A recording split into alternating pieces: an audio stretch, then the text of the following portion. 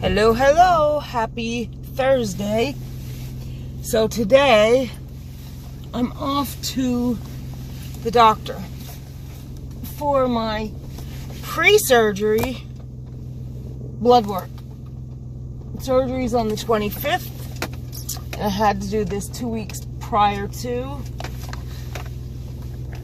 Alright, I'll be right back. I got some mail to ship off. I gotta put in the box.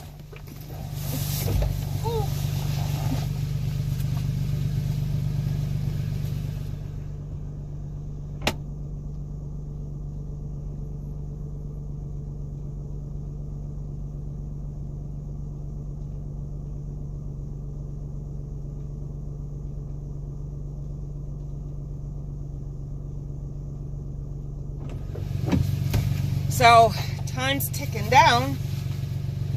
25th is my surgery. Today's what, the 11th? Dang it, my coat's stuck. I have my rain jacket on because it's ugly and rainy here, but it's a little humid, so I really don't need it. Okay. And I'm on a hill here in my driveway. Alright, let me buckle up.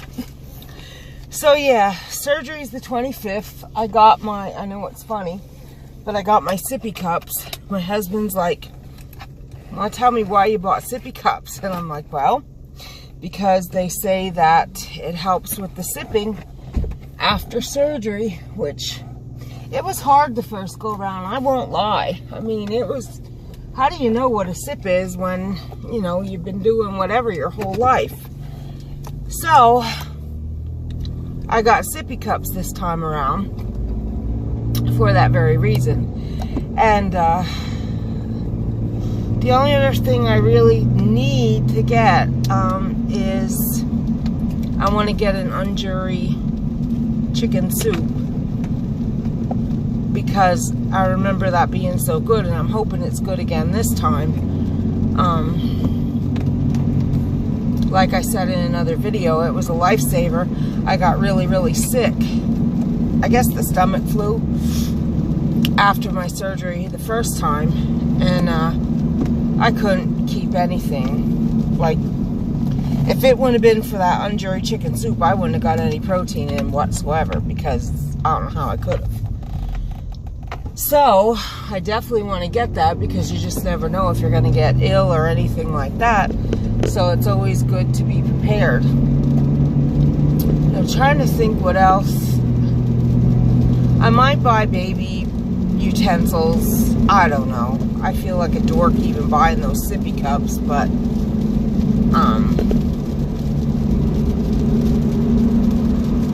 I'm gonna go with the recommendation of using them.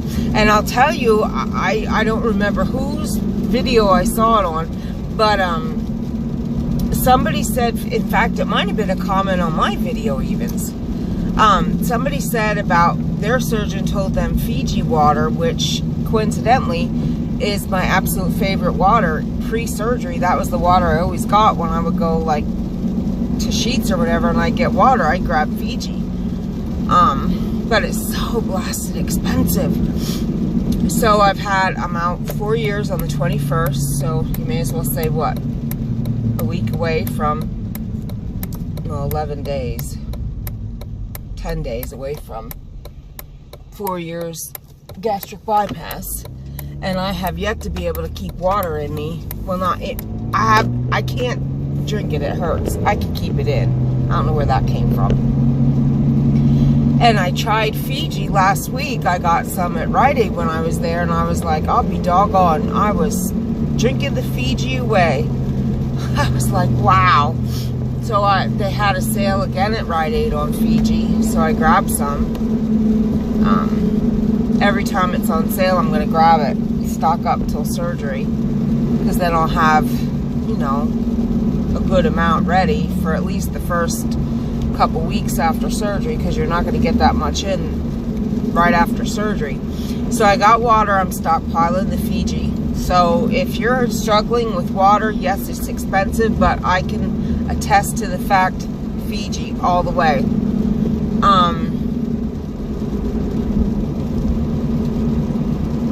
I'm gonna try the samples my surgeon's office gave me at the nutrition class, but I want to try them after surgery because, you know, your tastes change. So if I like what they are, excuse me, rain, yawn every time.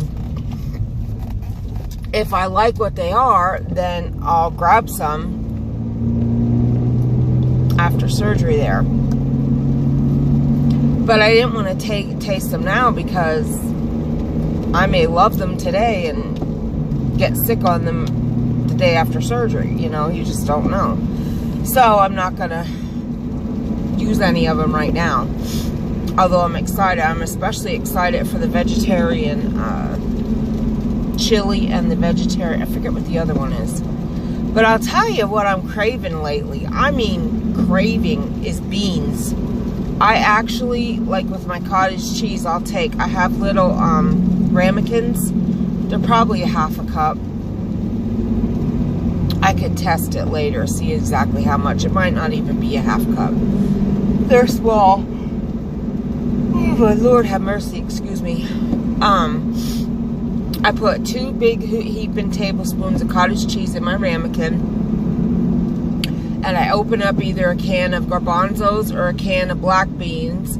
And I put them in a bowl that has a lid. And then I take about 2 big heaping teaspoons of beans and plop them onto my cottage cheese. Just like that, out of the can. Oh my God, so good. In fact, I can actually eat black beans or garbanzos out of the can, no problem. Love them. And I'm craving them lately. Like, I really want beans. So I don't know if... I mean, I know my protein ain't low. I don't know what the gig is there. But if you haven't tried that, it's delish. And another thing you can do is take black beans and mash them up a little bit. Put like a little bit of taco sauce on them, like maybe a half tablespoon or something, and then some shredded cheese, and plop them in the microwave for like a minute, and delish. I mean, there's so many ways that we can get our protein in and eat things that are good, flavorful, and good for us. Like, beans are one of the best things we can eat. Yeah, they have carbs, but they're the good carbs. They're not the bad carbs. They're the complex carbs that, is that right? Complex carbs? Don't quote me, because I'm not medically inclined on all this stuff. But I think they're complex carbs, which are the good carbs. But anyway, yesterday too, I wanted to tell you, I take Fairlife milk, and I make puddings, and I have these little, they're real little, I'll have to show you, mason jars with lids, and I made like a pack of banana cream, a pack of chocolate, a pack of cream cheese, and a pack of vanilla. Sugar-free, fat-free, instant Jell-O pudding. Want something sweet? Grab a pudding. And the size jars I use are exactly a portion for us. They're exactly what we can have. So they're like a cup or less. I don't always eat the whole one. Now, when I could afford them, because let's face it, Premier Protein is expensive as all get up. But I used to get them through Insure Nutrition, and then my insurance stopped it. I'm actually going to try again to get them and see what happens, especially post-surgery. But anyway, I used to get the vanilla or the chocolate, and I used to make my Jell-O sugar-free, fat-free pudding with the Premier shakes, and then I got protein pudding every time, and they were, I mean, delicious. Another thing I did was I would break up Premier Protein bars. I used my Ninja, and I pulsed them into like crumbs, and then I put the crumbs in the bottom of my jars, and then put my pudding over top of it, and then when it set a little bit, I sprinkled it on top. So good. I'm pretty sure I got that idea from Egg Face.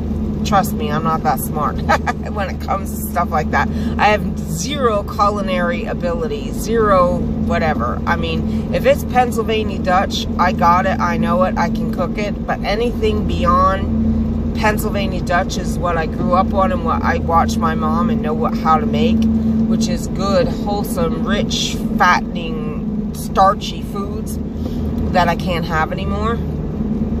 If it's beyond that, forget it. I'm clueless as far as culinary goes. So I'm pretty sure, if I recall correctly, I got that idea from Eggface. Also, I do know I got this idea from her. I would take a Quest bar and cut it into eight pieces, like down the middle, and then score it for 4 and then break it up. And I would have 8 cookies, and I put my thumbprint in and put a walnut or a pecan or whatever, or I wouldn't do that at all, and I put them in the oven for a little bit, and I would keep them in those mason jars too, and I would have cookies. And believe it or not, like, if you can eat a Quest bar, which I can eat a whole Quest bar now at 4 years out, but when I make the cookies, I'm telling you, I take a little piece or 2 and I'm good to go. And I don't know why it's so different, because it's the same blasted thing. I mean, it's a cookie, but it's still your Quest bar, and when you eat 2 cookies, you're eating like a quarter of your Quest bar. Because think about it, you're cutting that bar into 8. Anyway, that definitely was from her. The World According to Eggface is what I think her blog is. I don't think she has a YouTube channel. If she does, I would love to see it. Oh, don't pull out in front of me, you... Back it up, buddy. In the rain, idiot pulling out in front of me. If I would have had a slam on my brakes, that would have been an ugly thing. Maybe I'm going too fast in the rain. I hate driving in the rain. Anyway, she has some great recipes and stuff for us bariatrics, and a lot of great ideas. I got my, I mean, I know it's all over the place, but baked ricotta, which I still love to this day.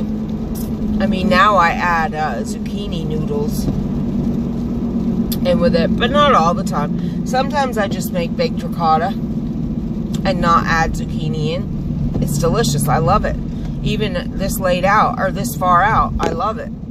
So I remember getting that from her, and she gets them little pans, which I still haven't gotten, and I'm gonna this time, and makes like turkey meatloafs and whatnot, and they're like the little loaves. I mean, I do have silicone ones, but they're really small. They're like what I used to make my black bean brownies and stuff.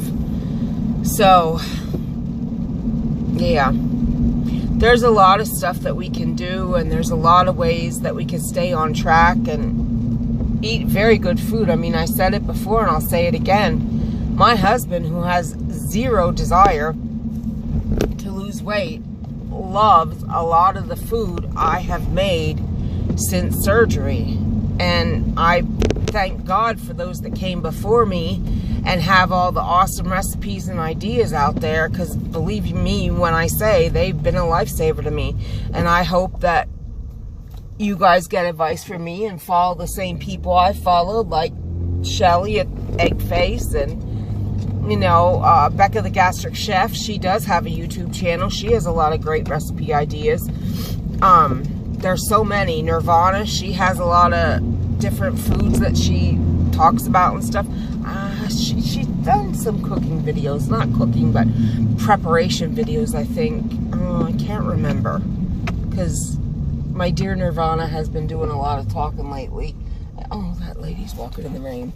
And not much of the other stuff. Oh, I don't know what's going on. I feel like nauseated today. Like that saliva in your mouth type deal. Yeah, come on, lady. I'm going where you're at.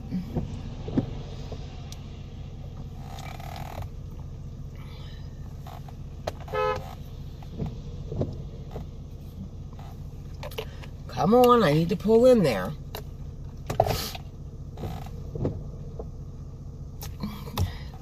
Just, there you go, lady. Okay.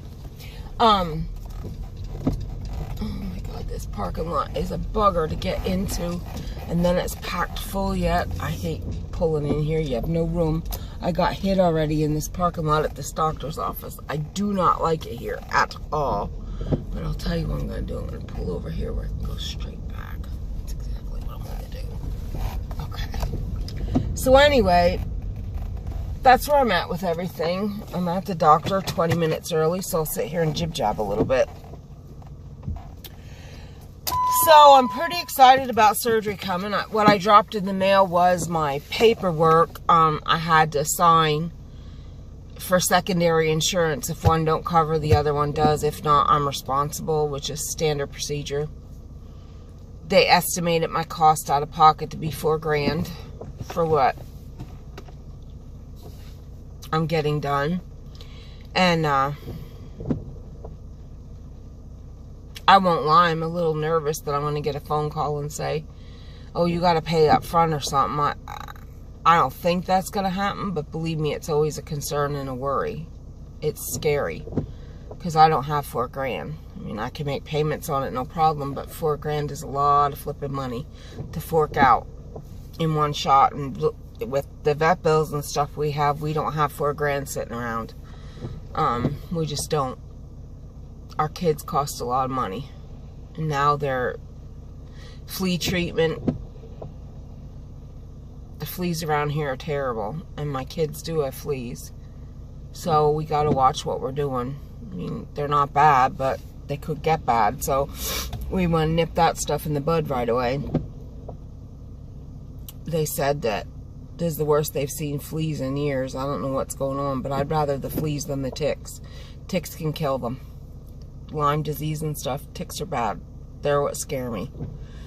Not that fleas are great, but I mean, fleas can cause problems too, but not like ticks. Fleas only cause problems if they're left go and they suck the animal's blood and they get anemic and stuff like that. And of course there's flea allergic dermatitis and all that other stuff, but you know, you treat them for fleas, but that's expensive. I mean, I got 7 cats and 5 dogs. You're talking a couple grand when I put out for flea treatment. It's no joke. So we never have a reserve of money with our kids. We're responsible pet parents, and we make sure that they're cared for properly 100% all the way around. There's no joking or slacking on that situation. So, well, it's 1:30. My appointment's at 1:40. I guess I'm going to stop here. It's 17 minutes here on my video. I'll stop here and I'm going to go in and get my blood work. Yay, I hate getting stuck with the needle. Get my blood work done, and I don't know what else. I have a paper I got when I went to my nutrition class. So, that's what I got to say about today. I got to pick up my scripts at the, right across the street's the pharmacy after I'm done, and then I'm going to run down to the local grocery store, mom and pop store, and grab creamer. Walmart didn't have what I needed. No sugar-free anything. Just generic stuff. I'll go to grab a creamer or two from my Java. And then home I go to change my clothes into comfy again. And, oh, there's a doggy over here in the vehicle. Are they out of their flipping mind? It's humid. 71 degrees and there's not a cracked window over there. What? Oh my God, I'm telling you what, people. Oh, Jesus. I wish I wouldn't have looked over there. Anyway, I'm going to go in the vet. In the doctor's office. And I will catch y'all later. Have a great day, everybody. Thanks for stopping in. Talk to you soon. Bye-bye.